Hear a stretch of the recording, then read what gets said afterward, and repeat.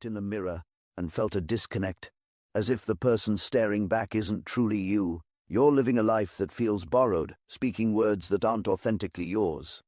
This unsettling feeling isn't some niche experience. It's a profound daily reality for millions. It's the consequence of never truly learning to become ourselves. Over a century ago, Friedrich Nietzsche, a German philosopher, pinpointed this modern crisis with incredible accuracy. In his work The Gay Science, he posed a deceptively simple yet profoundly challenging question. What does your conscience say? You shall become the person you are. But what does it actually mean to become who you are? And how do we even begin this seemingly impossible task? Nietzsche didn't just theorize about these questions, he fundamentally reshaped our understanding of the human mind. In his book titled Ecce Homo, he made a bold statement, asserting that a psychologist without equal speaks from my writings. That is perhaps the first insight reached by a good reader. He claimed to be the first genuine psychologist among the great thinkers, arguing that those before him had only scratched the surface of human nature. His confidence wasn't unfounded. The titans of modern psychology recognized something revolutionary in his insights into the human psyche. Sigmund Freud, for instance, admitted that Nietzsche had a more penetrating knowledge of himself than any man who ever lived or was ever likely to live. Carl Jung called him a prophet of the unconscious. Alfred Adler built entire theories on Nietzschean foundations.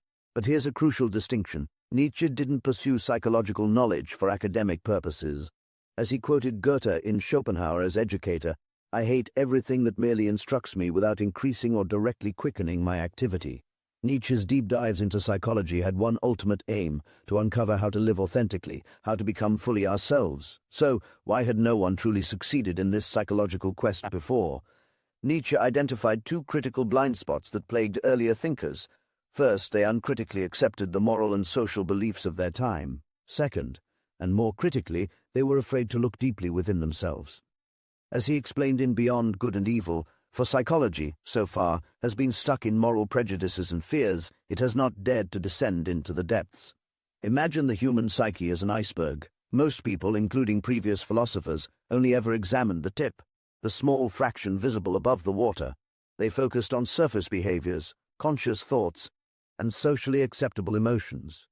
But Nietzsche understood that the real dynamics, the foundational truths, occur below the waterline, in the vast hidden depths of human nature.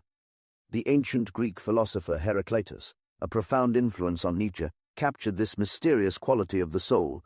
You will not find the boundaries of the soul by traveling in any direction. So deep is its measure. Nietzsche expanded on this, suggesting that true self-knowledge is far more intricate than we typically assume.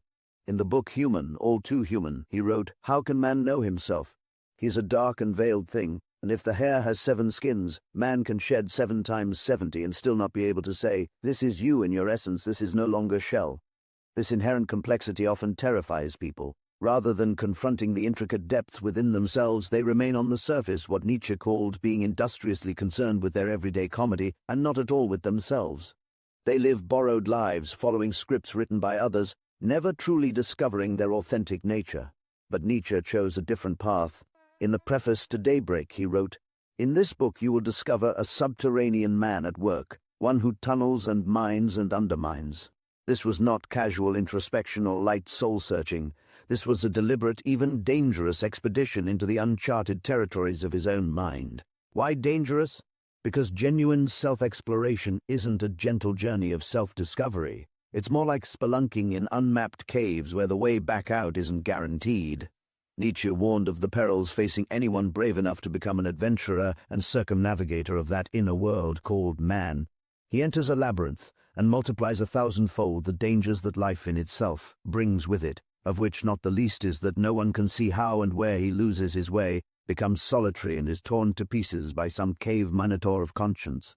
If you found this video helpful so far, consider subscribing to our channel. For most people, this inner journey would indeed be ill-advised and potentially destructive.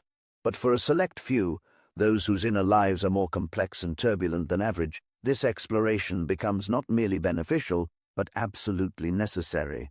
These individuals confront greater internal contradictions and conflicts. Without understanding and organizing these inner forces, they risk being fragmented by their own complexity. The solution? They must venture inward to explore and impose order on their psyche, sculpting themselves into a harmonious whole. This is where the true work of becoming yourself begins, not through external achievements or social validation, but through the courageous act of inner archaeology. Consider Leonardo da Vinci as a compelling example of this self-creation process. Here was a man born into illegitimacy in 15th century Italy, officially barred from formal education and prestigious careers. By conventional social standards, he should have remained a minor figure. Instead, Da Vinci became one of history's most complete human beings: artist, scientist, inventor, philosopher, and engineer. How did he achieve this transformation? Da Vinci didn't fight against his nature, he explored it. He recognized his insatiable curiosity, his tendency to leave projects unfinished, his compulsive need to understand how everything worked. Rather than viewing these as flaws to overcome, he embraced them as the raw material for his self-creation. Da Vinci disciplined his natural chaos into productive genius. He didn't become someone else, he became more fully himself. As Nietzsche would later write about such exceptional individuals, the goal is to give style to one's character, a great and rare art. This process of self-creation doesn't imply molding yourself from nothing, like clay on a potter's wheel. That's a dangerous illusion. Nietzsche understood that each person possesses a fundamental nature that sets real limits on who they can become. As he put it in Beyond Good and Evil, deep down, at the bottom, there is, of course, something unteachable, a granite of spiritual fatum, of predetermined decision and answer to predetermined, chosen questions. In each cardinal problem there speaks an unchangeable, I am this. Our essential nature is shaped by multiple forces. Obviously, our early experiences and inherited traits play a role, but Nietzsche identified another crucial influence often overlooked: the weight of history itself. The traditions, beliefs, and cultural experiments of countless past civilizations don't simply vanish when their empires fall, they live on within us, operating from the deeper layers of our consciousness like hidden software. The past of every form and way of life, of cultures that formerly lay right next to each other or on top of each other, flows into us, modern souls. Our instincts now run back everywhere. We ourselves are a kind of chaos, Nietzsche observed in Beyond Good and Evil. This means that to truly know ourselves, we cannot rely solely on introspection. We need what Nietzsche called a historical sense, a conscious connection to the cultural forces that shaped us. Direct self-observation is not nearly sufficient for us to know ourselves.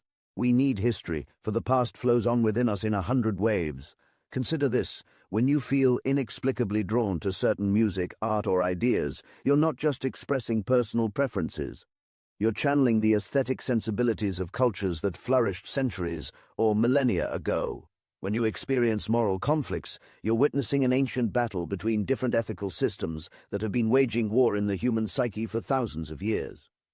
Many modern people feel disconnected and rootless precisely because they lack this historical awareness. They experience what Nietzsche described as the spectacle of a people that has lost the faith in its own ancient history and has fallen into a restless cosmopolitan hunting and gathering and a constant hunger for novelty. They become cultural orphans, frantically searching for meaning in the latest trends. In contrast, someone who develops historical consciousness experiences what Nietzsche beautifully called the happiness of knowing that one is, not wholly arbitrary and accidental, but grown out of a past as its air, flower, and fruit. But history represents only one layer of our archaeological self. Beneath our cultural inheritance lies something even more ancient and powerful: the prehistoric drives that connect us to our evolutionary past. Just as our bodies contain remnants of earlier developmental stages, our minds harbor primitive impulses that stretch back through humanity's prehistory and beyond. No matter how civilized we appear, we remain in our depths, both animal and archaic human. These uncivilized layers contain what Zarathustra called the beast in man, potentially powerful forces like aggression, raw sexual impulses, and the drive for dominance. Many philosophies advocate suppressing or denying these primitive aspects of human nature. Nietzsche saw this as a catastrophic mistake. Instead of repression, he recommended exploration and integration. Just as engineers harness the destructive power of a raging river to generate electricity, we can channel our primitive drives for constructive purposes. The most short-sighted and pernicious way of thinking wants to let the great sources of energy, those savage torrents of the soul that so often burst forth so dangerously and overwhelmingly, dry up, instead of managing their power and economizing it. Consider how Ernest Hemingway transformed his attraction to violence and danger into literary genius. Rather than becoming a mere thrill-seeker, Hemingway channeled his primitive drives into his writing. His experiences with war, bullfighting, and hunting didn't just provide material, they fed the beast within in a controlled, purposeful way that energized his creativity and gave authenticity to his art. Hemingway didn't deny his need for conflict and intensity. He disciplined it, gave it structure, and made it serve his higher purpose as an artist. This is precisely what Nietzsche meant by integrating rather than repressing our darker impulses. But primitive drives aren't exclusively destructive. Hidden in the prehistoric layers of our psyche are ancient instincts and what Nietzsche called regulating, unconscious, and infallible drives that enabled our ancestors to survive and thrive in harsh environments long before modern rational consciousness evolved. Modern civilization has largely severed our connection to these ancient guidance systems. We've become overdependent on conscious reasoning, what Nietzsche called our weakest and most fallible organ, while remaining oblivious to the archaic wisdom available in the deeper regions of our minds. He has lost and destroyed his instinct and can no longer trust the divine animal and let go the reins when his understanding falters and his way leads through deserts. Nietzsche wrote about contemporary humans. We stumble through life using only our limited conscious minds, unaware that we possess sophisticated internal navigation systems developed over millions of years of evolution. This abundance of historical, prehistoric, and animal influences creates what Nietzsche recognized as a wealth of contradictory drives and impulses within every human being. Rather than viewing the mind as a unified entity, Nietzsche radically reconceptualized it as a multiplicity of subjects, a complex ecosystem of competing psychological forces. He argued that our thoughts, feelings, and actions arise from the interplay of these drives. This internal diversity creates both opportunity and chaos. The task Nietzsche set for himself and his readers was to bring harmony to this multiplicity and establish coordination among the competing forces within. But how do we achieve this? The answer lies in what Nietzsche called an organizing idea, or a dominant drive, that becomes the living touchstone of the personality and orchestrates all other drives to serve its purposes.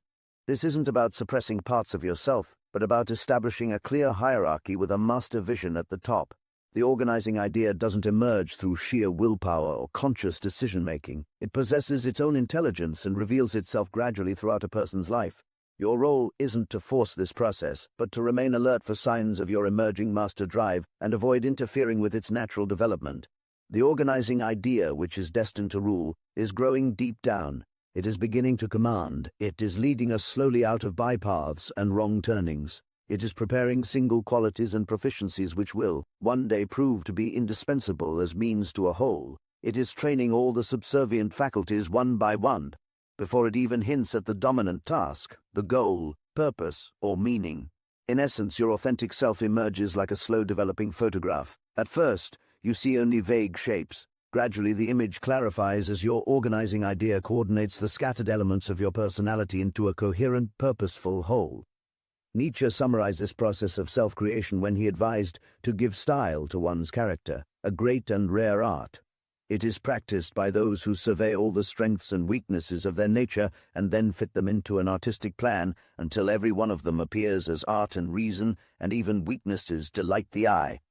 The goal isn't to become someone entirely different, but to become more fully and authentically yourself, to transform from a chaotic collection of competing impulses into an integrated, purposeful individual with clear direction and meaning. Critics sometimes dismiss Nietzsche's profound psychological insights because he suffered a mental breakdown and spent his final years in madness. They question, why take advice on becoming who you are from someone who lost his mind? But Nietzsche seemed to anticipate this criticism. In one of his unpublished notes, he wrote something that now reads like a haunting prophecy of his own fate. There is a false saying, "He who cannot save himself, how should he save others? But if I have the key to your chains, why should your and my lock be the same?" Perhaps the very intensity that eventually overwhelmed Nietzsche's mind was also the source of his extraordinary insights into human nature.